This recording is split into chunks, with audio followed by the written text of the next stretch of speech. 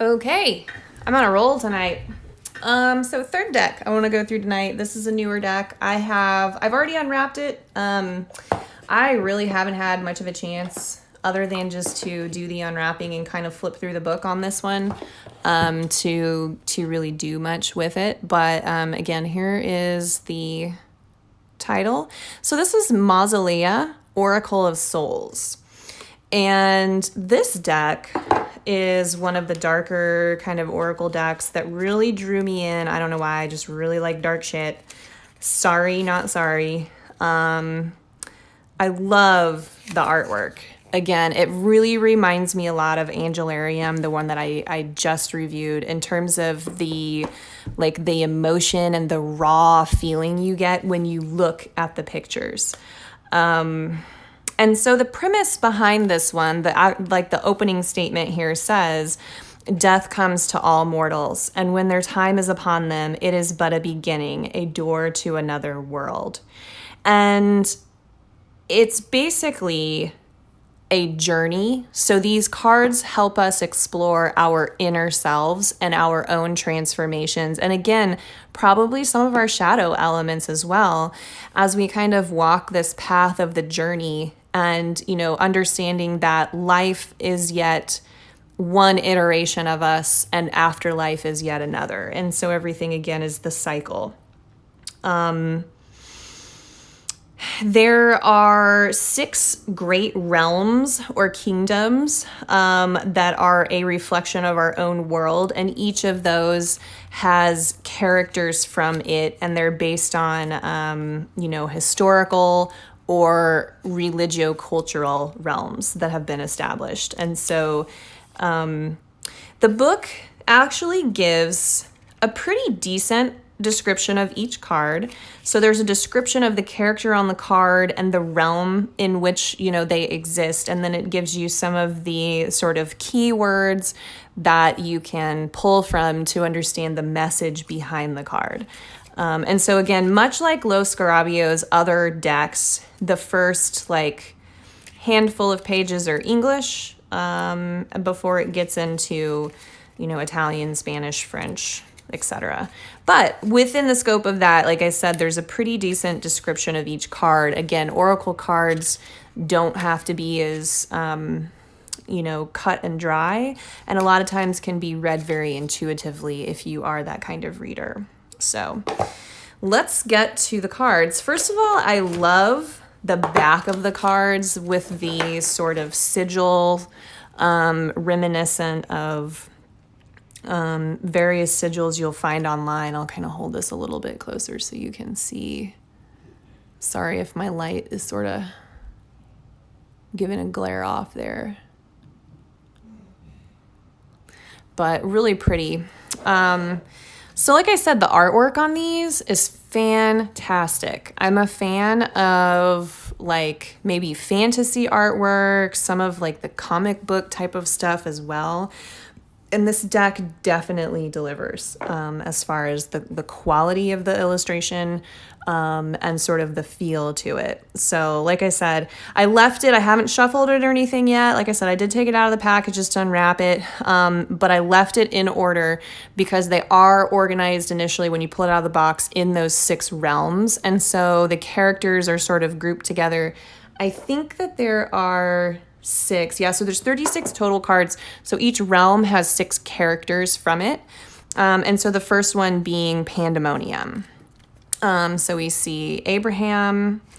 And the cool thing is again, on the cards, there's that little description that gives you something to work off of as far as what point in your journey this is, who this might represent, what shadow element, that it's pointing out to you, or aspect or something of your personality. So, and again, the mythos behind each of these characters is in the book. So if there's something in here you're just not familiar with, you can go look it up. It's super neat. I kind of glanced through the book and read, I absolutely fucking love history and mythology.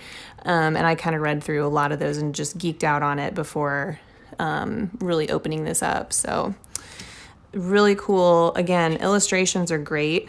They definitely evoke a lot of emotion and kind of a gut visceral reaction to what you see. And so if you are a more intuitive reader, this deck would absolutely be a deck that you would respond to. And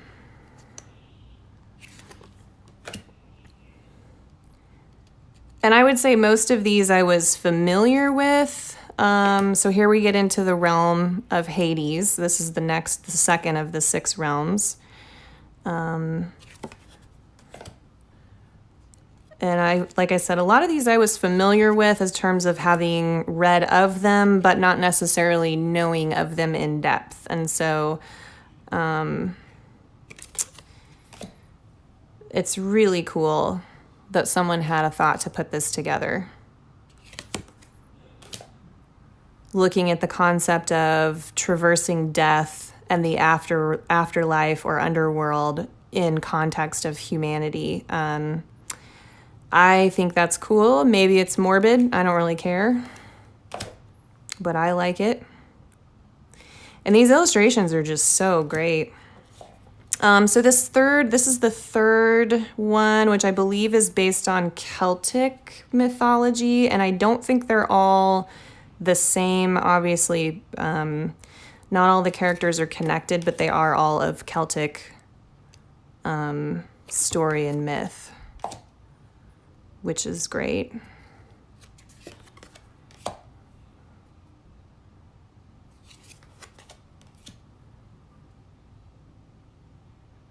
Just really love the way that they're done. This is so neat. All right, so we're on to the 4th one.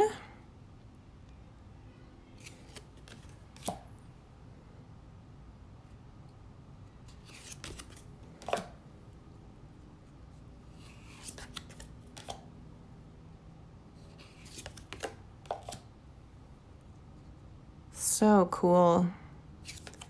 They just feel great, like such great feeling cards. Here we are on the 5th one. This is obviously the Kemetic, or what most people might refer to as Egyptian, kind of afterlife or underworld story or land.